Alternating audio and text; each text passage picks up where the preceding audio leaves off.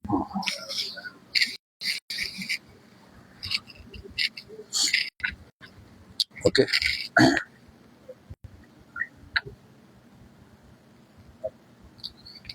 السلام عليكم ورحمة الله وبركاته. الحمد لله رب العالمين والعاقبة للمتقين ولا عدوان إلا على الظالمين، وأشهد أن لا إله إلا الله وحده لا شريك له، وأشهد أن محمدا عبد الله ورسوله. أما بعد. புனித ஜுமாவின் கடமையை நிறைவேற்றிவிட்டு அதனுடைய தமிழாக்கத்தை செவி சாய்ப்பதற்காக அல்லாஹ்வுடைய இந்த மாளிகையில் அமர்ந்திருக்கும் அல்லாஹ்வின் நல்லடியார்களே, ஜும்ஆவுடைய ஆரம்பத்தில் அல்லாஹ்வை அஞ்சி நடக்குமாறும் அல்லாஹ் ஏவிய நன்மையான காரியங்களை எடுத்து நடப்பதோடு அல்லாஹ் விலக்கிய பாவமான காரியங்கள் இருந்து விலகி வாழுமாறு இமாம் அவர்கள் உபதேசம் செய்தார்கள். அதை தொடர்ந்து அன்பின் இஸ்லாமிய சகோதரர்களே, எமது பிள்ளைகள், ஆண் பெண் பிள்ளைகள் அனைவர்களும் இந்நாட்களில் விடுமுறையை அனுபவித்துக் கொண்டிருக்கக்கூடிய ஒரு காலத்தை நாம் அடைந்திருக்கிறோம். அன்பிற்குரிய சகோதரர்களே, கல்வி காலத்தில் அவர்கள் அடைந்த சிரமங்களுக்கு ஒரு ஓய்வாக இந்த விடுமுறை அமைந்திருக்கின்றது. இந்த விடுமுறையில் பல்வேறு பயிற்சிகளில் அவர்கள் ஈடுபட்டு மீண்டும் ஒரு முறை அந்த கல்வி காலத்தை சந்திப்பதற்கான உற்சாகத்தை, ஆர்வத்தை, சக்தியை அவர்கள் மீண்டும் பெற்றுக்கொள்வதற்கான ஒரு வாய்ப்பு தான் இந்த ஓய்வு காலம் என்பது. அன்பிற்குரிய சகோதரர்களே, இக்காலத்தில் நாம் நினைவுபடுத்திக் கொள்ள வேண்டிய பல அம்சங்கள் இருக்கின்றது. அதை இந்த ஹுத்பாவில் உங்களுக்கு நாம் நினைவுபடுத்துகின்றோம். விசேடமாக இந்த ஓய்வு காலத்தில் எமக்கு கிடைக்கக்கூடிய ஓய்வு நேரங்கள், இது அல்லாஹ்வின் மூலமாக எமக்கு கிடைக்க பெற்ற ஒரு மாபெரும் நியமத்தாகும். சகோதரர்களே, ஒரு மனிதன் வேலை பளுவிலிருந்து ஓய்வடைந்து ஒரு ரெஸ்டை அவன் எடுக்கிறான் என்று சொன்னால், இது நிச்சயமாக அல்லாஹ் அவனுக்கு வழங்கக்கூடிய ஒரு பெரும் அருள் என்றுதான் சொல்ல வேண்டும். எனவே இந்த அருளை தனக்கு பயனளிக்க கூடியவற்றில் அவன் பயன்படுத்தி கொள்ள வேண்டும். எது அவனுக்கு வாழ்க்கையில் தீங்கிழைக்குமோ அதை விட்டும் அவன் விலகி கொள்ள வேண்டும். நபி ஸல்லல்லாஹு அலைஹி வஸல்லம் அவர்கள் சொன்னார்கள், 2 பாக்கியங்கள் உண்டு, அநேகமான மனிதர்கள் அதில் பராமுகமாக கவனமற்றவர்களாக இருக்கிறார்கள். அதில் ஒன்று மனிதனுடைய ஆரோக்கியம், அடுத்தது மனிதனுக்குள்ள ஓய்வு. எனவே இந்த 2ம் மாபெரும் பாக்கியங்களாகும். சகோதரர்களே, இந்த ஓய்வு காலத்தில், இந்த விடுமுறையில் எமக்கு ஏற்படக்கூடிய நஷ்டங்களில் ஒன்றுதான், ஓய்வின் காரணமாக சிலர்கள் தொழுகை போன்ற அடிப்படை வணக்கத்திலும் கவனமற்றவர்களாக ஆகிவிடுகின்றார்கள். நிச்சயமாக இது மனித வாழ்க்கையில் ஏற்படக்கூடிய மிக பெரும் ஒரு நஷ்டமாகும். அல்லாஹு தஆலா அவனுடைய அருள் வேதத்தில் தொழுகையில் கவனமற்று இருப்பவர்களை, தொழுகையை விட்டும் தூங்கி விடுவர்களை பற்றி கூறும் போது, ஃபவைலுல் லில் முஸல்லீன், தொழுகையாளிகளுக்கே கேடு என்று சொல்கின்றான். யார் அந்த தொழுகையாளிகள்? அல்லதீனஹும் அன் ஸலாத்திஹிம் சாஹூன், தங்களுடைய தொழுகையை மறந்திருப்பவர்கள், உரிய நேரத்தில் அதை நிறைவேற்றாது பிற்படுத்துபவர்கள் என்று இந்த வசனங்களில் அல்லாஹ் சொல்லுகின்றான். மேலும் ஒரு வசனத்தில், நரகவாசிகளிடம் கேட்கப்படும், மா சலககும் ஃபீ ஸகர், ஸகர் என்ற இந்த நரகத்திற்கு எது உங்களை கொண்டு வந்தது, எதனால் இந்த ஸகர் என்ற நரகத்தில் நீங்கள் விழுந்தீர்கள் என்று கேட்கும் போது, சகோதரர்களே, அதற்கு பல்வேறு காரணங்களை அவர்கள் சொல்லுவார்கள். அதில் முதலாவது அவர்கள் சொல்லக்கூடிய காரணம், காலு லம் நகு மினல் முஸல்லீன், நாம் தொழுபவர்களாக இருக்கவில்லை என்றுதான் முதல் காரணமாக சொல்வார்கள். அன்பிற்குரிய சகோதரர்களே, இந்த விடுமுறை காலத்தில் எமது தொடர்புகளை நாம் சீராக்கி கொள்ள வேண்டும். ஓய்வு என்ற காரணத்தினால் சிலர்களை நாம் பார்க்கின்றோம், வீணான தேவையற்ற எத்தனையோ விடயங்களில் தங்களை தொடர்பு படுத்திக் கொள்கின்றார்கள்.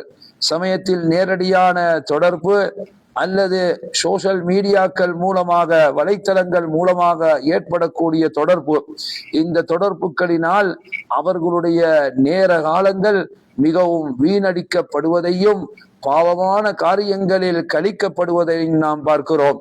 சகோதரர்களே, தீய தோழமையை பற்றி அல்லாஹ் குர்ஆனில் சொல்லும் போது அல் அஹில்லா யௌமஇதின் பஅதுஹும் லிபஅதின் அது, நாளை மறுமை நாளையில் நண்பர்களாக இந்த உலகத்தில் இருந்தவர்கள் சிலர் சிலர்களுக்கு பகைவர்களாக மாறிவிடுவார்கள்.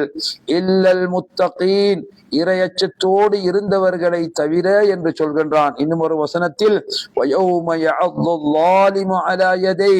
அநியாயக்காரன் தன் இரு கரங்களையும் கடிக்கும் நாளில் யகூலு யா லைத்தனி தகல்து மஅர் ரசூலி சபீலா, நான் இறை தூதரோடு எனது தோழமையை ஆக்கிக் கொண்டிருக்க கூடாதா?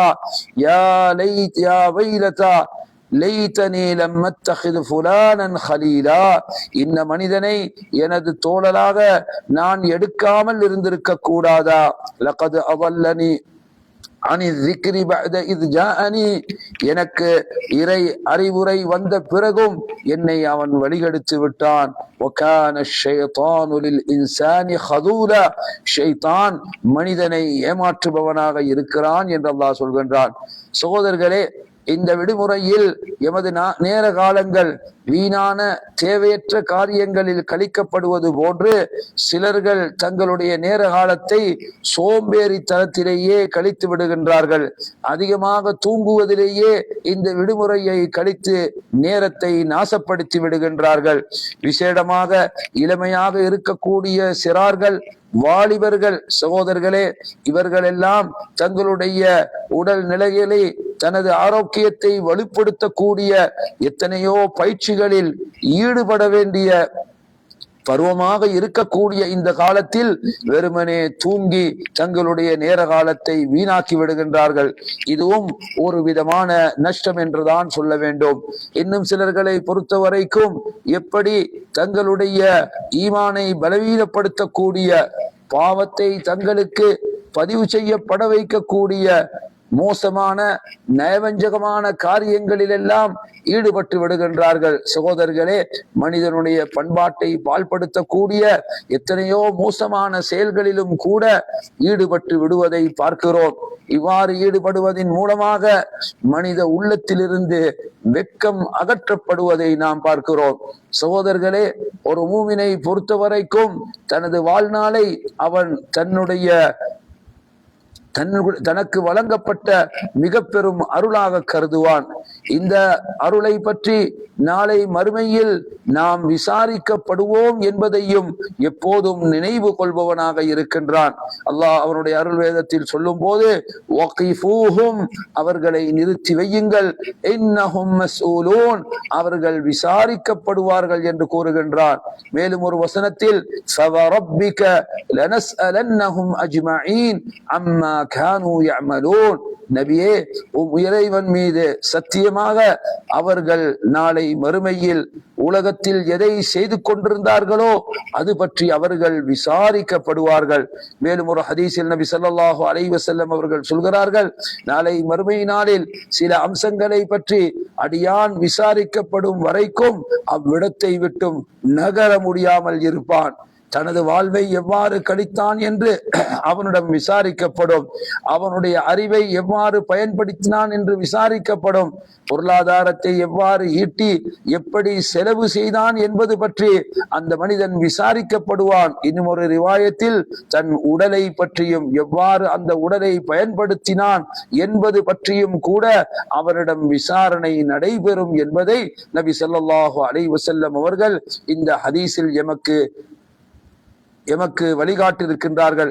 அன்பிற்குரிய சகோதரர்களே, எனவே அல்லாஹ் எதை எங்களுக்கு அனுமதித்திருக்கிறானோ அந்த அனுமதித்த அளவில் தான் எமது அனைத்து காரியங்களும் அமைந்திருக்க வேண்டும். அதை கடந்து செல்லக்கூடியதாக இருக்கக்கூடாது. அல்லாஹ் சொல்கின்றான், அல்லாஹ்வுடைய சட்டங்களை எவர்கள் மீறுவார்களோ அவர்கள் அநியாயக்காரர்கள் என்று சொல்லுகின்றான். இந்த கருத்தை கூறி இமாம் அவர்கள் முதலாவது ஹுத்பாவை முடித்தார்கள். இரண்டாவது ஹுத்பாவிலும் அல்லாஹ்வை போற்றி புகழ்ந்து நபி ஸல்லல்லாஹு அலைஹி வஸல்லம் அவர்கள் மீது ஸலவாத்தும் கூறிய பிறகு, அன்பின் இஸ்லாமிய சகோதரர்களே, பெற்றோர்களாகிய நாம் எமது பிள்ளைகளுக்குரிய சரியான வழிகாட்டல்களை அவர்களுக்கு நாம் வழங்கிவிட வேண்டும். நாம் அவர்களை பற்றி விசாரிக்கப்பட இருக்கின்றோம். அவர்கள் எங்கள் மீது சுமத்தப்பட்ட பொறுப்பாக இருக்கின்றார்கள். அல்லாஹ் எங்களை பார்த்து சொல்கின்றான், யா அய்யுஹல்லதீன ஆமனூ, ஈமான் கொண்டவர்களே, கூ அன்ஃபுஸக்கும் வ அஹ்லீக்கும் நாரா, உங்களையும் உங்கள் குடும்பத்தவர்களையும் நரகத்திலிருந்து காத்துக் கொள்ளுங்கள். அந்த நரகத்தினுடைய எரிபொருளாக இருப்பது மனிதர்களும் கற்களும் தான்.